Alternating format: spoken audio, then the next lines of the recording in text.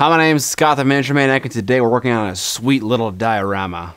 Do I need to say little? I mean, everything I do on this channel is tiny.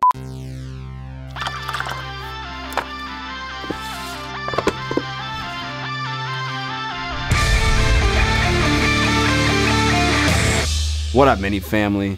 Bill from Wyloch's crafting videos got in contact with me and was like, hey, let's do a collaboration. And I was like, oh, that sounds like a good idea. What do you want to do? And he was like, how about I take one of your videos and try to recreate it on my channel, and you take one of my videos and try to recreate it on your channel. I was like, hey, that's a great idea. So I started perusing Will's catalog of videos, and I fell upon this awesome little gallows that he made with a working hatched door on the base of it. And I thought, you know, I like dark and evil and grim things, so this kind of fits the kind of style that I like, so let's give this a shot. Links to all the tools and supplies can be found in the description below. I started by cutting a bunch of scale lumber.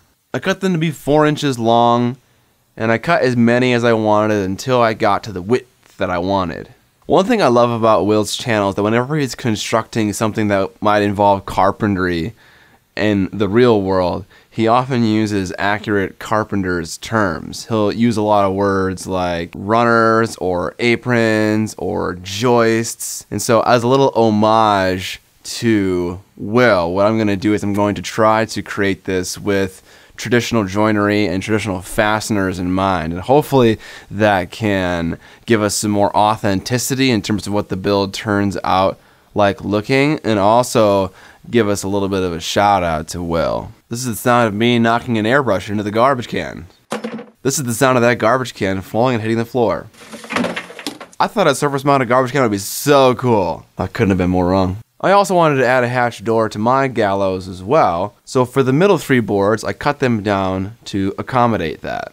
I also roughed up the lumber in the same way that I did my diorama when I was creating hell, except this time I didn't apply a wash. So I had to think of a way to kind of get rid of all the fuzzies on the balsa wood that's left from scraping it. So what I ended up doing was burning off the little fringes and then sanding them away with some steel wool. That didn't do a perfect job, but it got pretty close. So once I apply primer and start applying paint, the little tiny pieces you won't really see. After that, I decided to create a base. I decided I wanted to undersize it so that there would be a little bit of an overhang around the base. I needed to add some joists to my base, and this is primarily to make gluing up the smaller pieces a little bit easier, because without it they would just fall down unless I held them in place while they glued for a while. Considering traditional joinery, these joists would be attached to these baseboards in probably one of 2 ways, with a traditional fastener like a nail, or they would probably be attached with some kind of mortise and tenon joint. And I think I'm just going to go for the nail because I like the little dimple that it adds in the baseboard as a result. The next thing I started to do was adhere my decking. I thought it would be cool to do something that I see a lot of carpenters do on YouTube, and that's to use something to shim up the piece of decking to get a nice consistent gap along the entire thing. And while it sure did look real cool to do that, it didn't actually work out very well. When the super glue dried, it was creating this little curved ramp, and that was getting in the way of me having a nice 90-degree joint with the cardstock and also the piece of wood kind of squeezed against the previous board. So, you know, I mean, I could make a little bonfire on my desk. You know, it gets cold in Minnesota. Now, one thing that I'm not giving an homage to for Bill is his dying devotion to hot glue.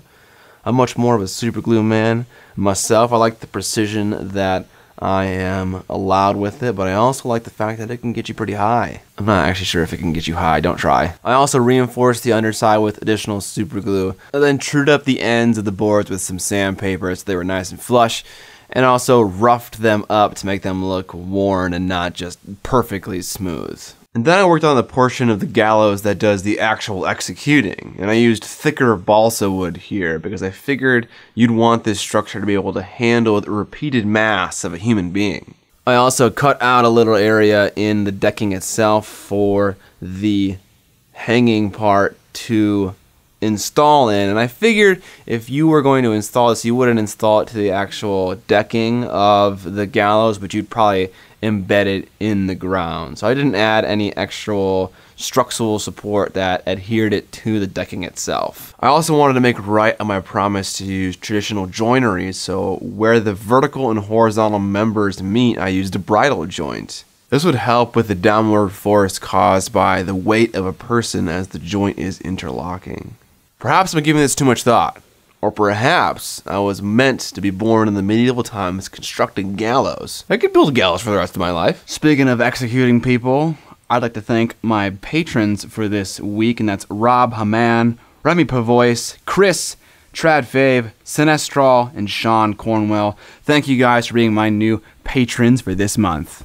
Patreon is my most consistent and highest paying revenue stream on YouTube.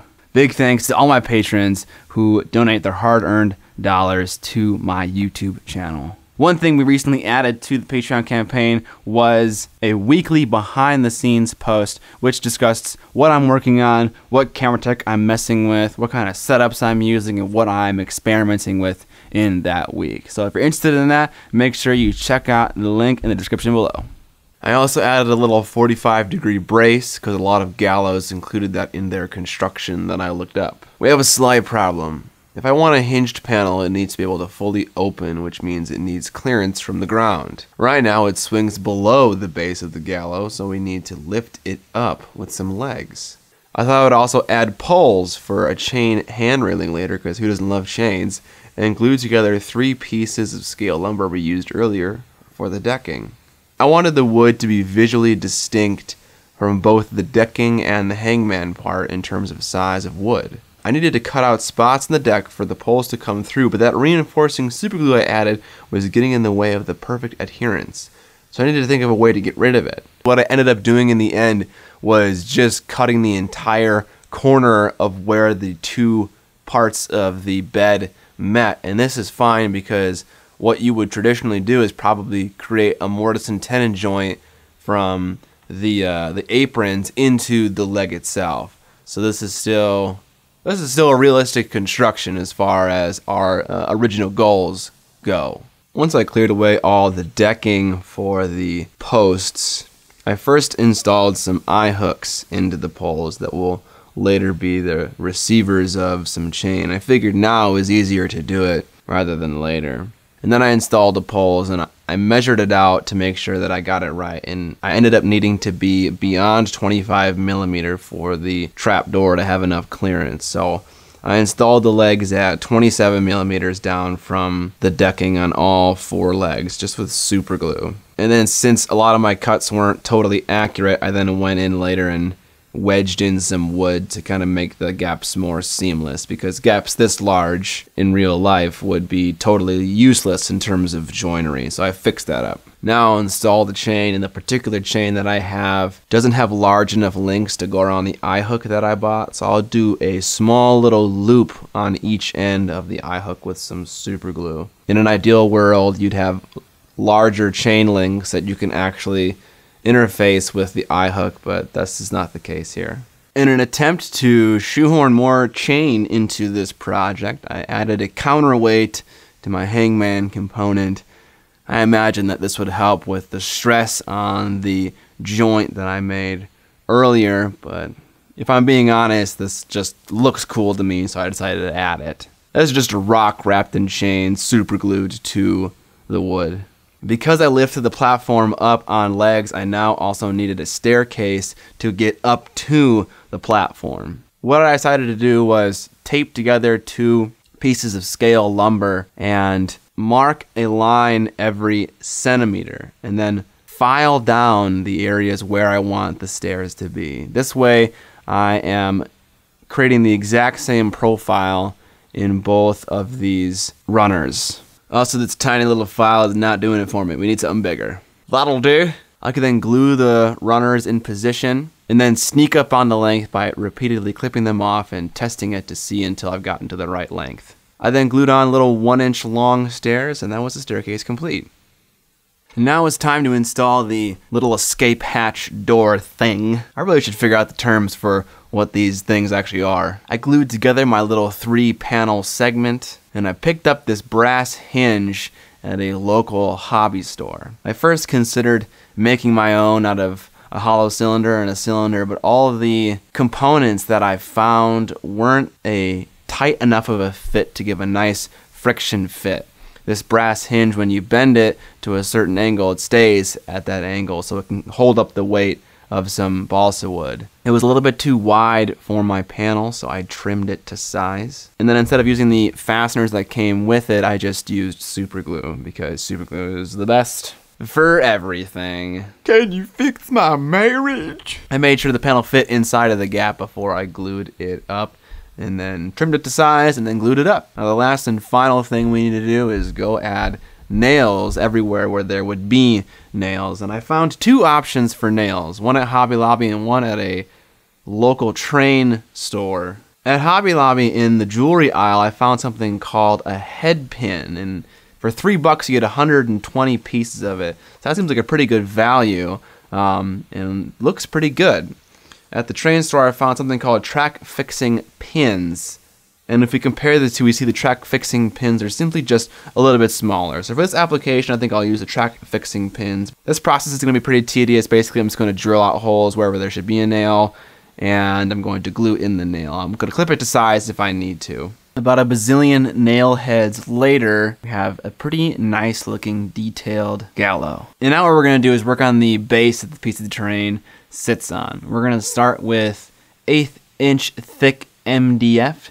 And we're going to put down little balls of milliput where all the feet and the hangman component itself goes. And this is going to kind of even out some of the inconsistencies in lengths and also give us a little bit of realism because these posts were probably dug into the ground and probably mounded up around to give them more structural support if it were to exist in real life. With full strength PVA glue, I glued down larger rocks toward the mounds where the posts would be, like the people put rocks near the posts to kind of support them, and I covered the rest of it in various sizes of dirt, and then covered the whole thing in a mixture of water and isopropyl alcohol, and then scenic glue just to lock it in real tight. I then primed the base, starting with black and then going to white in a direction to kind of give it the impression of a setting sun. I then took 3 colors, which were scale color brown leather, Thar brown, and also Kalahari orange, and kind of thinned them down a lot and wet blended them onto the base. If you ever want to practice wet blending, this is a great way to give it a shot on a base with a rough texture and a big brush. It's really easy to get a nice smooth blend. After that was dry, I applied a wash, this time a brown wash, and I ran out of wash midway through, so I grabbed a different colored wash to finish up the top. Once this was done drying, I started adding a bunch of different kinds of grass elements and spongy, what's supposed to be bush elements, and just a variety of stuff. Oftentimes nature is just incredibly varied, so the more variety you add, the realer your scene will feel. I also add some pigments to this as well, some more of the terracotta and also some more of the burning sands. Now it's time to actually paint this thing. We're going to start with an undercoat of black and white using Badger Stynylrez primer. Instead of using white primer for the undercoat, I used white acrylic paint and thinned it with a lot of white. This allowed me to get several layers of a gray tone building up to a brighter white. I was focusing my white on the middles of the planks in between where the nails are because I figured that the nails are a puncture point and moisture would get in on those areas causing some kind of wood rot. Sometimes wood rot can be black, so I wanted to keep those areas dark. I also generally sprayed the entire thing at an angle to reveal a lot of that wood grain that we established, a lot of that wood tear and wear that we established with the X-Acto knife in the beginning stages. I then started with some inks. I started with brown ink and I was focusing mostly on the shadow region and also the mid-tone region, but I left alone that white region right in the middle. I then mixed some black ink and some purple ink and focused directly on the shadows. Finally, after that, I did a mixture of yellow and chestnut ink and airbrushed over the entire region, including the shadows. I know this is looking a little zany right now, but there's a specific reason that we are going heavy on contrast right now. The next stage that we do is a wash, and we're using Army Painter Strong Tone. One of the benefits of using inks right before a wash is that the surface is mostly glossy, and that assists the wash in breaking surface tension and collecting in the recesses. Part of the reason why we went so crazy with the contrast is because this step, the wash step, reduces the overall contrast of our piece. So I'm starting out a lot further down the contrast road than I normally would, because I'm going to be reducing it in this step and also the last and final step for the wood, and that's dry brushing. I did 2 steps of dry brushing on the wood. I used scale color brown gray and scale color Thar brown in 2 passes to reveal some of the detail of the wood further in the shadow region and in the highlight region. This step also reduces the contrast, and after we do those 2 contrast reducing steps, we're kind of at a good spot for contrast. Now, since ink does dry glossy, we want to make sure that we hit this up with a matte coat. So I took Tester's Dull Coat and spread it over the entire thing just to bring that back down to more of a matte look.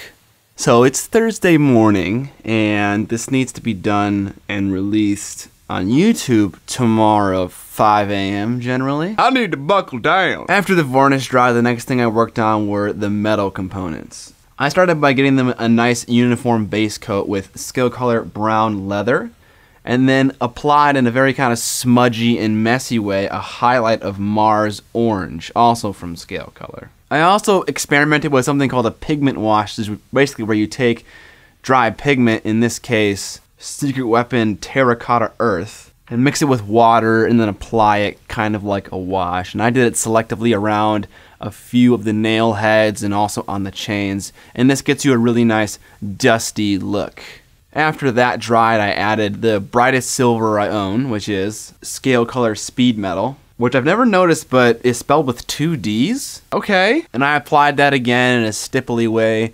I overbrushed it over the chains to make sure a lot of that rust remained in the recesses where it would exist, where the majority of the moisture collects. That's looking okay, but we gotta move on. Next, I painted some extra details to give some spice and life to the scene. I painted a zombie guy that's being eventually hung from the hangman component, and I also painted up a vulture that will perch on top of that same component. All these details just give nice, rich vibrancy to the scene. Variety is the spice of life when it comes to making terrain, so adding all kinds of details makes your terrain just that much better. I felt like my platform wasn't looking crusty enough, so I added some more pigment washes to it, using Secret Weapon's Burning Sands and also Secret Weapon Ancient Earth. The Ancient Earth in particular created this really nice, like rotten wood look that I might use again in the future. I then had to figure out how to tie a 28mm noose with flimsy string.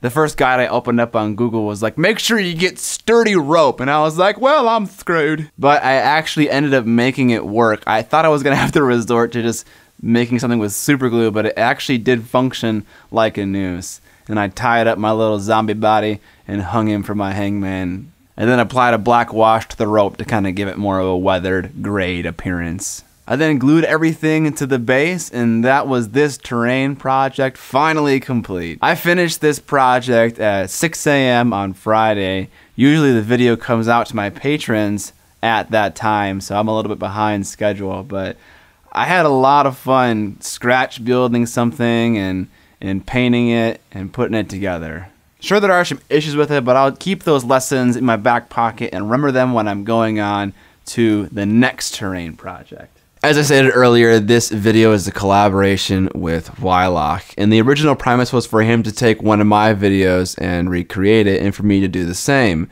And what Wyloch recreated was my stripping video. Nah, I'm just kidding. He recreated my Heavy Metal Salamanders video, which you can find linked in the top right-hand corner of the video right now, and also in the comments section below. Recently, Will also had a build called Shrine of the Aquila, which was based on a GW kit that he scratch built entirely. The process is really cool to watch, and you can see how much love and attention to detail he puts into all of his builds. Check that video out as well. Bill is an awesome guy to do a collaboration with. He's super nice, he's super funny, he's really resourceful. When he makes terrain builds, he's got your wallet in mind, unlike me. I'm just spending all the money over here. He's got kids, he's a nuclear engineer. What more could you want about this guy? Just go watch his videos, man, come on. Originally, I was going to just give this piece of terrain away for Patreon, but I think it could make for a really cool display base. And I'm thinking of a model specifically that would work just great.